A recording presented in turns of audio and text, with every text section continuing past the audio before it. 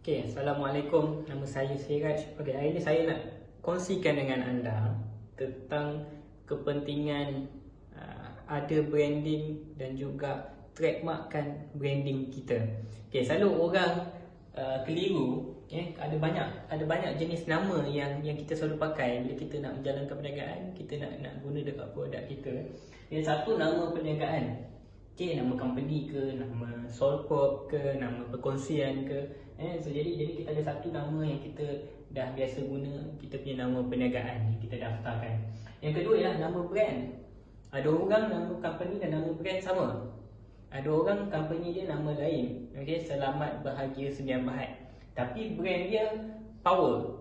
So nama company tak ada kaitan langsung dengan brand yang digunakan dekat produk dia. Okay. Jadi yang ketiga, trademark. Okay, jadi ada orang keliru, dia ingat bila dia ada brand, dia automatically jadi trademark dia. So tidak. Okay, jadi saya nak terangkan bagaimana kita nak kenal pasti dan nak strukturkan ketiga-tiga jenis nama yang berbeza ni. Okay, jadi kita go yang pertama dulu. Okay, jadi nama perniagaan. Nama perniagaan ni kita akan dapat bila kita daftarkan dengan Suruhanjaya Syarikat SSM. Okay, jadi nama perniagaan ni first kali kita akan check dulu. Kita buat company search, name search. Jadi bila kita search nama ni, kita tengok rupanya tak ada orang lagi. Jadi kita boleh apply.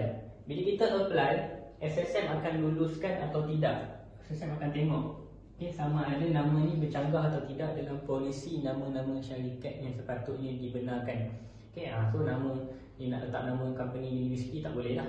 Nak letak nama sekolah tak boleh lah. So benda-benda yang agensi kerajaan, nama sultan, nama yang di-Pertuan Agong, semua tak boleh. So ada limit kat situ, apa yang boleh, apa yang tak boleh. Jadi kadang-kadang orang nak senang, dia akan ambil nama asalkan nama company tu lulus je. Dia letaklah nama Selamat Bahagia Sdn Bhd tu. So tak ada isu. Senang nak lulus dan tak mengganggu apa-apa polisi yang dah ada dalam kerajaan sekarang. Tapi dia tak boleh lah buat dia punya produk nama tu jadi pelik pula kan. So produk ni kadang-kadang dia punya brand tu kena sesuai dengan apa target market dia, apa industri dia kan, dan dia kena make sense dan kena senang sebut. Dia macam-macam lah kriteria yang mana market punya consultant lah, marketing punya consultant akan advise kita macam mana nak buat kita punya brand. Jadi kita akan buat kita punya brand berbeza dengan nama company. Ini kebiasaan yang berlaku. Kalau dapat yang sama itu sangat bagus. Maknanya nama company itu sendirinya dah cukup sedap untuk dijadikan branding. Itu clear. Orang lain tahu company dan brand tu confirm berkaitan dengan company. Kalau dapat sama. Jadi apa yang orang akan buat bila dah dapat brand? Orang akan, biasanya sekarang kita dah go for digitalization Jadi orang akan ada dia punya domain.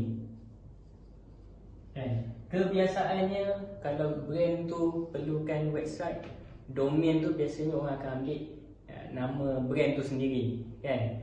Super Power nama brand tu. Jadi dia kena www.superpower.com kan, macam Grab memang kan jadi pakai Grab lah domain dia kan. Petronas domain dia. So senang sebab orang akan famouskan brand ni. Kita akan famouskan brand kita.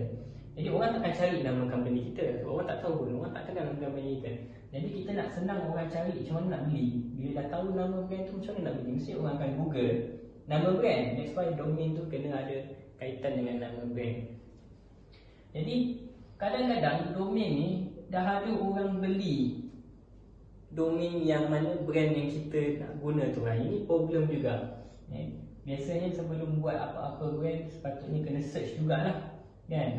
So kena buat domain search. So ownership of the domain mana tak bermakna kalau syarikat kita dapat nama Super Power Sdn Bhd, tak bermakna domain Super Power Sdn Bhd ni automatically kita punya. Kita still kena apply dekat dalam internet untuk dapatkan server punya application macam mana nak dapat domain nama yang sama, available atau tidak. Jadi kalau kita nak semua sama, sebelum kita apply nama syarikat, kita dah kena tahu domain tu punya nama available atau tidak. Ada atau tidak, boleh tak kita buat website guna nama tu kan. Itu yang cantik. Jadi dia bukan saja domain lah, kadang-kadang social media pun sama kan. So media sosial pun ada kadang-kadang domain tu tak ada orang, tapi Facebook dah ada pakai nama tu, Facebook page ataupun Instagram ataupun TikTok kan. So macam-macam media sosial platform yang kalau dah apply nama tu, orang lain tak boleh pakai. So kita kena hati-hati kat situ, brand tu selamat atau tidak untuk nak buat dekat semua platform yang ada. Termasuk website kita lah, YouTube kan. Jadi ini dah ada dua jenis pendaftaran yang berbeza yang kita kena jaga. Yang ketiga, trademark. Ini pun satu problem juga. Sebab katakan kita dapat nama syarikat Superpower Semen Bahat, brand kita, website pun boleh superpower.com, media sosial pun boleh Superpower punya page. Kita dapat, tak ada orang pakai. Tengok-tengok dekat trademark, tak lepas.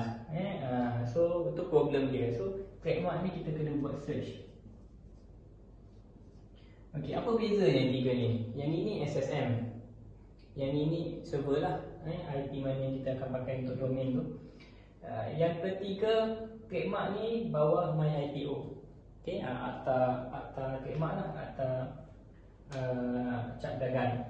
Jadi kalau nak cantik, kita kena search tiga-tiga dulu. Kalau tiga-tiga available, cantiklah brand kita tu.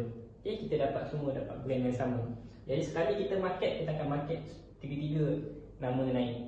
Okay, jadi kita akan pakai nama yang sama. Otherwise, perniagaan kita nama lain, brand kita nama lain, kita nak trademarkkan tak dapat, dia kekal sebagai branding yang tak boleh di-trademarkkan.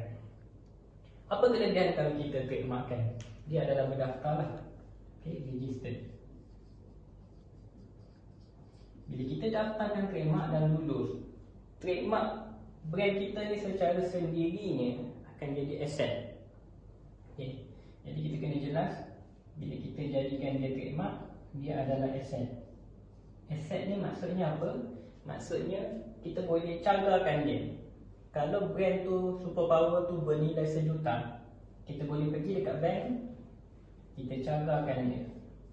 Jadi bank, walaupun bisnes kita tak berjalan dengan baik ataupun akaun kita tak tunjuk profit yang cukup dengan brand tu sendiri sangat-sangat bagus, bernilai 1 juta, buat valuation, nampak brand tu valuation dia 1 juta, kita akan cagarkan dapat loan 1 juta daripada bank, hanya semata-mata melihat kepada trademark kita.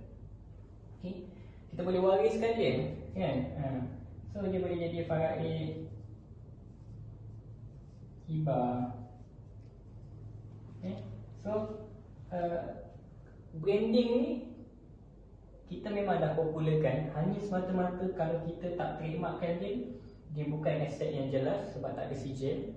Dia bukan satu barang yang kita boleh beri kepada orang dan kita boleh turunkan kepada anak kita, turunkan kepada waris-waris lain. Okay? So jadi problem kat situ. Yang ketiga yang kita boleh buat ialah kita boleh lesenkan lah. Jadi katakanlah kita punya brand ni, kita punya company nak bekerjasama dengan orang lain untuk pergi sebarkan produk kita, untuk pergi perkenalkan market kita, untuk menggunakan servis kita, teknik kita, produk kita. Tapi kita takut kalau kita bagi dia brand ni, dia akan ambil dan dia akan jadikan sebagai orang dia punya lah. Jadi bila kita trademarkkan, kita boleh lisenkan kepada orang. Sebab semua licensing agreement, distribution agreement, assignment kepada orang, kita boleh daftarkan dekat MyIPO bila kita ada trademark. Dia akan jadi satu rekod yang sah, rasmi di dalam agensi MyIPO, siapa yang kita lisenkan. Jadi kita boleh dapat royalty daripada brand kita. Kita dah tak jual, kita dah pencen, ataupun company kita tak cukup kuat untuk pergi ke luar negara, kita lisenkan company lain di luar negara untuk jualkan produk kita. Jadi kita dapat duit berdasarkan macam mana arrangement kita dalam lesen tu lah. Okay? Tu kita akan dapat royalty. Jadi branding ni problem dia bila kita tak daftarkan, kita tak dapat buat tiga perkara ni lah. Dan seterusnya, kalau orang tiru brand kita susah nak lawan di mahkamah sebab kita kena buktikan dulu trademark brand ni adalah kita punya. Dia jadi problem kat situ sebab kita nak kena establish siapa buat dulu, siapa yang market dulu, siapa yang iklankan benda-benda yang berkaitan dengan branding tadi. Okay? Tu jadi problem. Jadi kalau kita trademarkkan dan benda tu secara sah direkodkan dalam MyIPO, kita masuk mahkamah dikira prima facie evidence, yang mana brand itu adalah milikannya kita. Prima facie ni maknanya apa? Maknanya orang yang nak cakap benda tu bukan kita punya yang kena buktikan yang itu dia punya. Kita dah tak payah buktikan dah, sebab automatically mahkamah dah kira you dah trademarkkan, it's under you, so you are the actual owner. So siapa-siapa nak nafikan, dia yang kena bawa beban bukti tu. Okey, dia memudahkan kita lah. Kita boleh saman dengan cara yang lebih cepat dan yang lebih cekap lah. Kita boleh sita barang orang yang tiru tu, kita boleh injam dia, kita boleh sekat, buat sekatan kepada dia. Macam-macam perkara kita boleh ambil tindakan hanya satu mata sebab kita ada trademark yang berdaftar. Jadi berbeza ya. Maknanya nama syarikat tak semestinya you boleh take action bila orang guna nama tu. You ada brand, you iklan macam-macam tempat, orang tahu you owner pun tak semestinya you boleh ambil tindakan. You boleh ambil tindakan tapi kena pergi mahkamah, dikira passing off, which is another element yang mencabarlah. Kita nak kena proof satu persatu, kos pun tinggi, kos guaman semua. Okay, jadi might as well better kita trademark terus. Dapat perniagaan, dapat domain, to be safe, trademark terus. Jadi ini perbezaan yang biasa orang kurang jelas. Kenapa bila dah ada nama company, dah popularkan branding company tu dah dikenali, kenapa kena trademark juga? Ada pelbagai kelebihan-kelebihan lain yang mana orang kurang jelas bila tak nampak dan dia tak trademarkkan. Bila dah datang masalah, nak datang kat lawyer, nak bawa pergi mahkamah, baru faham betapa peningnya proses bila tak trademarkkan sesuatu aset kita. Kita nak jaga jadi susah. Jadi harap boleh faham perbezaan ni dan boleh gunakan sebaiknya.